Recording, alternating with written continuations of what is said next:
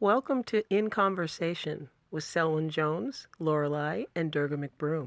uh, when Stephen called, when I talked to Stephen, because I reached out to Stephen, somebody said Stephen was doing a lot of good things, and he and I reached out to him and he hit me back, and and he was like, man, I got something if you haven't seen it, I really want you to see it, and he sent me the YouTube and he played the song and it made me cry. And he's like, man, you know what? I could do better than that. I could get the sisters on I think I said, Mr. Steven, do you have that kind of power where you can get these two beautiful Nubian princesses on the phone? And he's like, let me see. Let me see how my fingers work. And here we go, my young ladies. How are y'all? Good. Doing well. I was thinking about this morning when I woke up about talking to you, and I was thinking about the fact that I really believe that before we're born, we make a soul contract, and some of us decide to sacrifice ourselves for the greater good, for the ascension of all. Mm-hmm. And when I look, obviously never met him, but when I look in George's eyes, I see that type of soul that would do that. Mama, I'm going to communicate with you as if I've known you, as if you're one of my 12 sisters. And I'm going to, just do what I do, be who I am. I'm just an old country boy that was raised in Goldsboro, North Carolina, with white folks calling niggers. If you were born, and I don't know if y'all may be around my age, might be a little younger, but if you were born in the mid 60s, you started school early 70s, and because I had these freckles, this was not normal.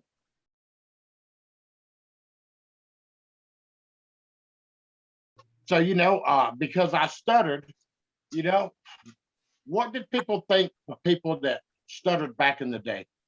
You're retarded, right? So I was one of those people put in the LD classes, and and made fun of and beat, and because we were so poor, I cannot tell you how many times my head got flushed down the toilet that somebody peed in, because that's just how mean people were, Yeah. And you grow up and you didn't have a pot to piss in or wanted to throw it out of, but mama equipped you with love. And because I'm the baby of 17 kids, we had a lot. I'm my nieces and nephews' age. So I got to beat the heck out of them and lock them in the trunk of cars and tie them up and, take them up trees and leave them up there and stuff, just mad. And they would always tell my mama, grandmama, they tell my sisters, and my sisters would be like, mama, would you tell that boy to leave our youngest alone? Don't play with him. He's crazy. He ain't got no sense, because my oldest sister's like 33 years older than I. Wow. So, we had a hell of a battle.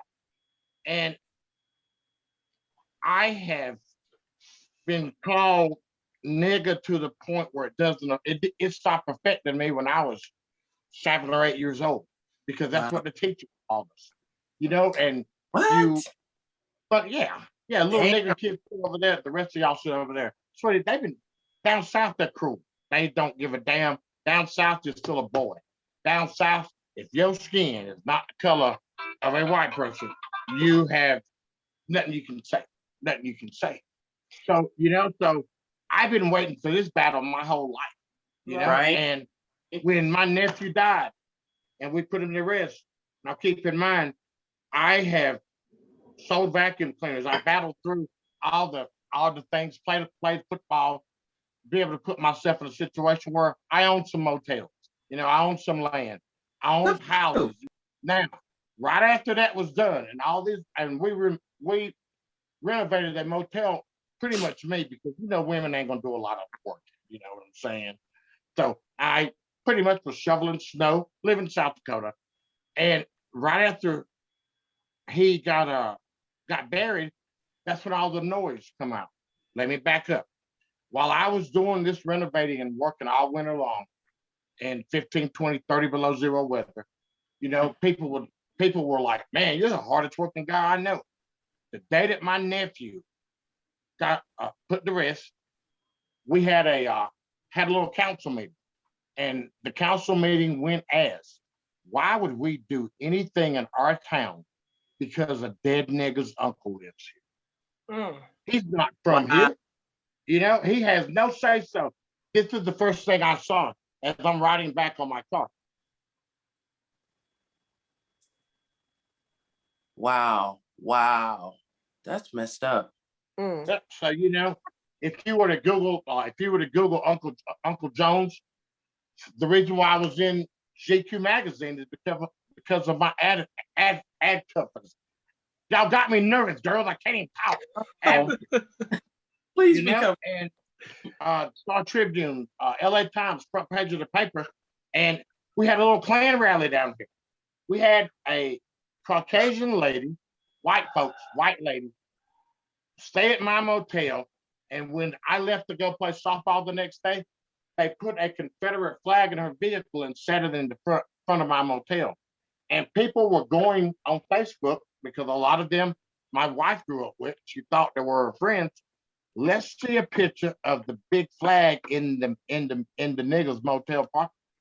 You know, so I live in a town of 1,200 people, and every day I can see people ride by that has either thumbs up or literally called me a nigger. Go back to Africa. You know, you're a monkey. Now, the last one that called me a monkey, I found it pretty entertaining.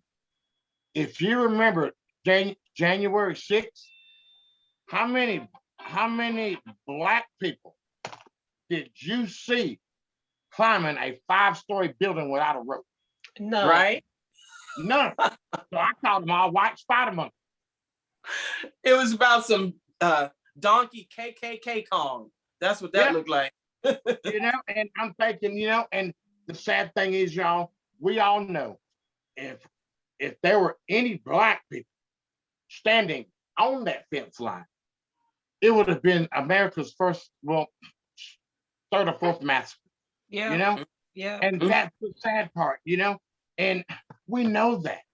So, you know, you live with that dynamic every day. That's what I have to deal with. I have to live with. You know, and you know, girls, it don't even bother me anymore, because what I saw a young man that discontinued his dreams to help his mother, but got caught up in worldly bad decision making in situations, as far as drugs. And he tried like hell to get out. I cussed, I screamed, I hollered. I get to his funeral. He was 30 minutes late for his own mama's funeral.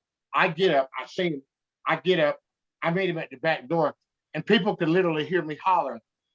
You know, what the hell is wrong with you, man?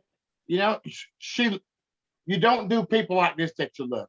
You show people how you feel about them or how you treat them. And he didn't treat, and he wasn't treating his mama. You know, and hell, to be in reality, he wasn't treating himself good. Right. You know, and he left Houston because y'all don't know how it is. I don't know. You got family, so you know how it is. People like to see you doing bad. And people love talking about you when you're not doing anything good. You know, they like putting you down. White man taught us how to be envious of each other, how to hate each other. It's what white man did to black man. You know, so he decided that he would go to all right, let me back up.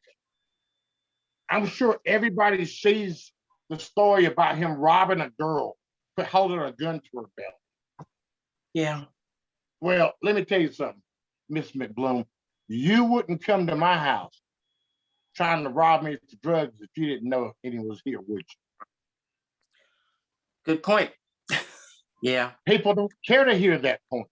People don't care to hear that this young lady's fiance robbed their crew the night before that, and they just went back. Okay. You know, but nobody cares to hear that. You know, well, wait, because it don't matter. You got to understand something about us. You got to understand something about us. We work in the music business. We're rock stars. We know about some drugs, okay? We have lost many a friend to that mess. And watched them get consumed, and like the person that we originally knew is just gone when you look at them, and all that's left is drugs looking out of their eyes. We know how that goes. And I also know a situation where somebody has manipulated the fact that the person they were producing had a drug problem and used that against this girl, spent her entire recording budget on drugs, and then didn't finish her album. I mean, we've seen a lot, so we understand. Now, I do have to ask this question. Y'all don't have to answer if you don't want to. It's okay. How is Keith Richards still living? To tell you the truth, I really don't know, but he is one of the sweetest people as far as rock stars go. He got to be Miss McBroom. He high all the time. Well, not so much anymore. Is he, Lorelei? No. He gave that up. He had to. I mean, but when we were on tour, he looked like he's about 192 years old. Go ahead. That was back in 1990. So it's been a minute since I was around him. He was drinking, and he smoked weed. He smoked. He did a little of this and that, but it was nothing like back in the day when he was a heroin addict, when Mick was a heroin addict. Nothing like that at all. And Mick was quite conservative because he said to me, "I can't get high like that at this age." He was in his mid-40s and do the show that I do. So he was very disciplined, whereas Keith didn't have to do the dancing around the stage. And when I was on tour with them, they were in their 40s. Really? In the 1990s, No, because when I went out with the Pink Floyd guys, they were in their 50s. They couldn't have been in their 40s. They're not younger than Dave. Okay, so maybe they were in their early 50s. I remember them being like 46, 47, and then Bill Wyman was like 54. He was, I believe he was the oldest, either he or Charlie, I'm sorry. But anyway, the bottom line is Keith is a really cool person, and I guess it's just luck. His father lived to be I believe he was in his 80s. So maybe it's in the genes. Hey, maybe drugs have to live long. You know what I'm saying? I believe that Keith is one of those people. I think people live long lives when they live unapologetically, when they're not, suppressing themselves, or as I call it, shoulding all over themselves. Like, I should be this and I should do that. He's just like, I don't give a fuck. I'm gonna be who I'm gonna be. I'm gonna be me. Yeah, that's very true. And but the problem with that is, if my nephew was white or something and it was a black cop, it would be totally opposite. But the problem that we have now is they're trying to say that everything in the world but the white man killed him. Right. Now, if the white man wouldn't have put his hands on him, he probably would have been here today, girls. Mm-hmm. If you saw the video when the dude first come to the car, it was, "You MF, show me your effing hands." Now, how the hell do you walk to somebody's car and treat them like that? Right. And, I was telling her, I did court TV yesterday, and I was telling I'm telling the story as, I guarantee you, there isn't a white person in the world that grows up and after the mom and daddy teaches them how to tie their shoes, they set them down and say, "Okay, now, little John, this is one important thing that you have to know. When you get stopped by the cops, you have to go 10 and 2. You have to be quiet, cut your music off. You have to be obedient." Guarantee you, that ain't something that's taught to them.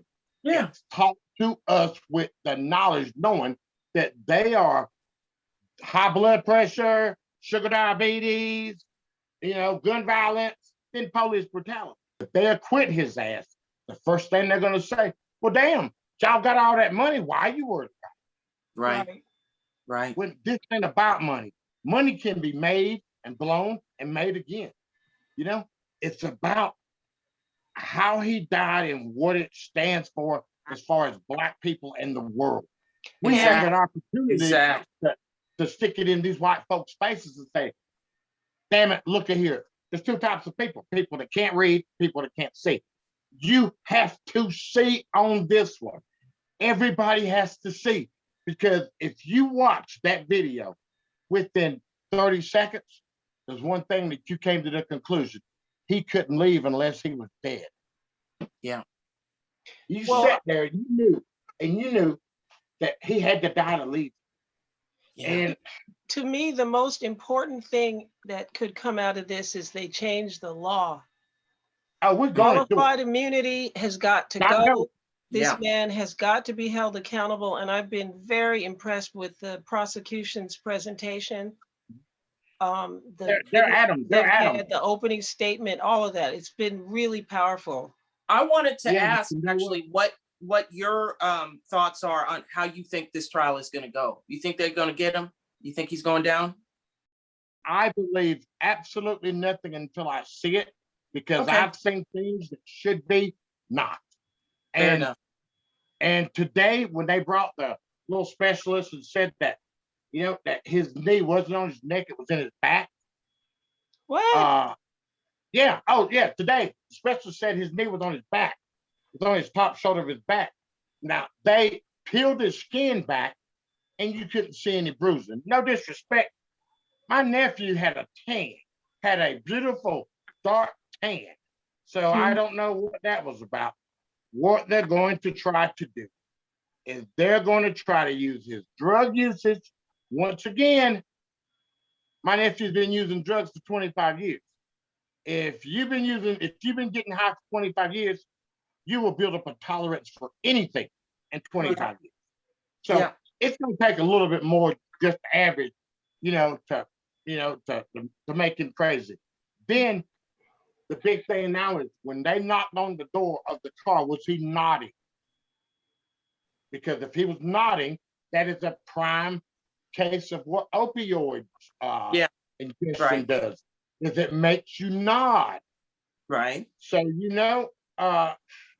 all of these things they're coming up with, when I know you probably know these two, Stevie Wonder and Ray Charles, Yeah. they wouldn't have to see this. They could hear it and tell you, yeah, bad deal. And it's the police chief did us justice, Yes. because he was straight up about it. Yeah. But once again, dear, I don't know. I'm gonna wait and see. What I know is this: there's so much pressure for that jury and the system to halfway get this one right. They got to do something. Like they had to arrest him. So they've got to do something, or they're gonna have to live with the carnage. Yeah. Because The country's going to explode if they don't do something. if they don't do something, Full of not explode. guilty is not acceptable. The other point that I felt that was a really strong one to counteract the argument about him being a drug user or on drugs or high at the time is that I thought that the coroner or the medical examiner had said he did not die from a drug overdose, that his death had nothing to do with being on drugs at all. Yeah. And they were definite about it. Our professional said that, but you still bring the other side in, and they're just drumming it, because drug use in America, unless you're a musician or football player or some corporate guy, is still not warranted. Drug use between somebody that's poor that's just what they expect. Right. All niggas do drugs, Right. My nephew was just another dead nigga to a lot of white folks. Right. But you could be high as a kite if you walk in front of a train and that train smashes your ass. The train killed you, not the drugs. Hello. Right. No, the drugs killed you because you walked in front of the train, because you did not know what you were doing.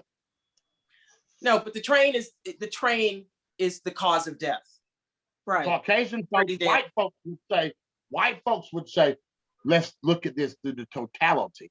If you wouldn't have ingested the drugs, then you wouldn't have been in Yeah. the state of mind to have Yeah. walked in front of the train. So Yes, it's but the person a that policeman the is train supposed was to the be one responsible. that ended your ass.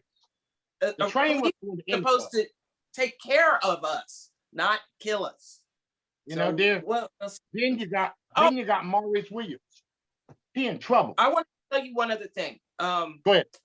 My building in West Hollywood, California, we held a vigil for George, and Okay. we stood out front with our lights, our flashlights pointed at the sky for, well, back then, it was 8 minutes and 46 seconds. And I just wanted you to know that all up and down my street, there were people in front of their buildings. And I'd say 3/4 of them were white. Mm-hmm. And we all paid homage to your nephew. I thought you'd like that. Eyes are open, my dear. I have 10, 15,000 letters of old 70, 75, 80-year-old white folks down. If you know anything about the South, bingo. There ain't no 75-year-old white person give a damn about a black person. Right. Especially from the South, because they're 2 or 3 generations away from slavery. So they don't give a damn. They had a class to teach them about hating it. Right. They had a class, the nigger hating class taught by grandpapa, great-grandpapa, great-great-great-grandpapa there. So, and I had these old folks that are, Mr. Jones, thank you for what you're doing. Thank you for liberating. Thank you for opening people's eyes. Thank you for just speaking the truth and telling real facts, And so I know that we got a lot of people, and we gotta have the less melanated people to come over to our side to help us to make this work, to make this change, because we need them. Because 12% of the population just ain't gonna do it. Right. The thing that I found out during the research that I was doing, some of it is in the Wish You Were Here video that you like so much, was the fact that I believe it was the Daughters of the Confederacy rewrote the history that was taught in the South about the Civil War, about slavery. So I really believe that's a huge part of why white people in the South have a very warped perception of what really happened, because they were taught a whitewashed version of it. I remember when Cliven Bundy got in trouble because he said, oh, black folks were happier when they were slaves because they was getting a meal every day, they was singing, they was happy. That comes from that kind of whitewashed miseducation that came from women. Like they pulled us out of the trees or some shit, and I'm sorry. Swing, girl, swing. And then they tried to make those textbooks, I guess, was it in Texas, where they tried to recategorize slaves as workers. Yes, that was in Texas. And it was like, are you serious? Okay, anyway. Now, your police chief, were y'all in LA doing the Rodney King? Yes. Oh, no, was I? No, I was actually, I think so. Here's something trippy. I was on tour in the Middle East. I was in the United Arab Emirates, and I was like Dubai or something, and I turn on CNN and I see tanks going down the streets of my town. And I called my dad, who was here, and I was like, Daddy, what is going on? And he was, first of all, he was freaked out that I was calling him all the way from the Middle East. But he just, he was just like, people are angry. And this is what happens when Black people get angry, they send tanks. Right. That was a $20 million ass whipping. Guess what that did for Black relations? Nothing. Nothing. Absolutely nothing. Gates was his name, the police chief, Daryl Gates. Yeah. Right. Daryl Gates said that Black people die. More Black people die of that knee on the neck maneuver because we have smaller veins in our neck. That's bullshit. It's actually the opposite. 1890, early 1900, some doctors that come over from England, they said that a Black person's brain was a little bit bigger than a monkey. Therefore, we can endure more pain than the average person can. And the only thing that we could do is to be disciplined, to make us subservient and to be slaves to them. Okay. But Taylor, wait, you Hey. should tell us though, while we have a quick minute, what ahead, can go we ahead. do to support you? What can we further do to support you and your family? Dear, anything that you feel like you want to do, you know, money is the thing that drives me, but obviously we need it to continue our battle. I've got a message and a mission to accomplish, and that is to go around and to let people hear my voice that would have otherwise not have heard it, to hear a real story, because we just gotta make a change. You know, Okay. I'm trying to get a show started with CNN or some affiliation, so we could talk about people's family members, because it's the family members that catch the hard time. You know, because once the party's dead, hey, you know, they're gonna ridicule, talk shit. There's the family that gets the backlash. So, you know, dear, I can think of 1,000 things you can do. Hell, I would love to be on stage one day when you and your sister sing that song, so I can play with the two girls. Hey, I'm with the McBroom Sisters. You know, but yeah, you know, whatever you feel like you'd want to do. But I'm going to hold y'all to that, because I haven't. Hell, I did a pretty powerful conversation on Court TV yesterday. Mhm. Oh, okay. That I would love for you to post. You can always go on Justice for George or go on Selwyn Jones and on Facebook, and go on the Justice for George page. Okay. And all my stuff is up there. So yeah, Great. that'd be We'll absolutely, definitely share that. Well, that'd be thank you beautiful. guys. I'm afraid of us getting cut off, so I'm going to go ahead and say goodbye, and Send we'll email, keep in touch. telephone numbers, and we can stay in touch. And I love you, babies. I can't wait to get me some hugs. Love you too. Thank you. You too. Thank you so much for your time. And just know this, that, you know, we may have grown up in Los Angeles and all of that, but our father was born in Springfield, Ohio, one of 13 children on a farm, grew up in Columbus, and our mother was born in Louisville, Mississippi, baby. So, you know we're not far behind. You need to feel. Love you. Just send me the email. We'll be in touch soon. Okay. Take Bye-bye. care. Bye. Wow. My day's full. Bye.